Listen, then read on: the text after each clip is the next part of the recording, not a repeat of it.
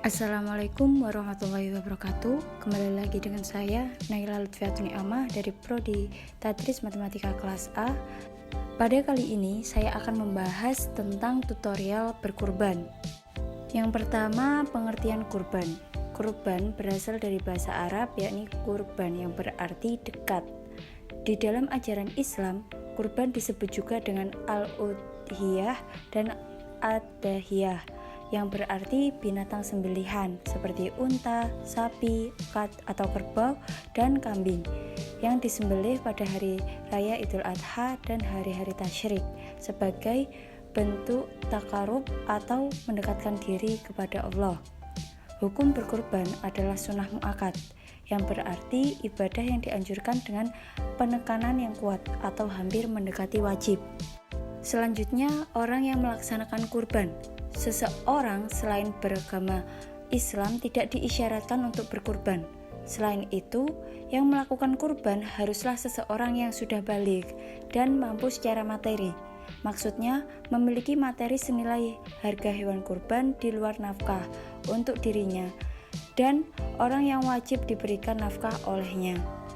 Selanjutnya, syarat hewan kurban. Yang pertama, jenis hewan kurban. Syarat hewan kurban yang pertama adalah jenis hewannya. Harus binatang ternak seperti unta, sapi, kambing, dan domba. Bisa dijadikan pilihan sebagai hewan kurban. Yang kedua, usia hewan kurban. Usia hewan kurban harus mencapai umur minimal yang ditentukan syariat. Usia hewan ternak yang diperbolehkan dijadikan hewan kurban adalah unta minimal berusia 5 tahun dan telah masuk tahun ke-6. Sapi minimal berusia 2 tahun dan telah masuk tahun ke-3. Domba berusia 1 tahun atau minimal berusia 6 bulan bagi yang sulit mendapatkan domba berusia 1 tahun. Sedangkan kambing minimal berusia 1 tahun dan telah masuk tahun ke-2. Syarat yang ketiga yaitu sehat tanpa cacat. Rasulullah SAW merinci beberapa hal yang tak boleh dialami oleh hewan yang akan dikurbankan supaya memenuhi syarat hewan kurban. Jangan memilih hewan yang buta sebelah, sakit, pincang, sangat kurus, dan tidak mempunyai sumsum tulang. Pilihlah hewan kurban yang sehat. Syarat yang keempat yakni bukan milik orang lain. Hewan kurban tidak sah jika didapat dari hasil mencuri dan milik orang lain. Tidak sah hukumnya berkurban dengan hewan gadai milik orang lain ataupun hewan warisan. Syarat yang kelima yakni penyembelihan hewan kurban. Penyembelihan hewan kurban harus terjadi pada waktu yang telah ditentukan syariat. Menurut Ibnu Rushd dan mazhab Maliki didukung oleh Imam Ahmad, Imam Abu Hanifah, dan imam lainnya, penyembelihan dilakukan setelah sholat Idul Adha dan batas akhir penyembelihan hewan kurban adalah terbenamnya matahari pada tanggal 13 Dzulhijjah. Sedangkan menurut mazhab Syafi'i adalah 4 hari setelah Idul Adha. Selanjutnya, jumlah orang yang berkurban.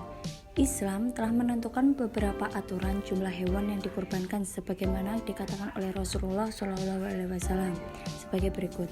Untuk hewan kambing hanya diperbolehkan untuk 1 orang saja. Untuk sapi atau kerbau diperbolehkan 7 orang. Dan untuk unta diperbolehkan 10 orang. Selanjutnya, rukun menyembelih hewan kurban. Yang pertama, penyembelih adalah muslim. Yang kedua, merupakan hewan halal. Yang ketiga, alat penyembelih harus tajam. Yang keempat, usia hewan harus cukup. Dan yang terakhir, niat sembelih karena Allah. Tata cara menyembelih hewan kurban. Yang pertama, waktu penyembelihan saat hari tasyrik.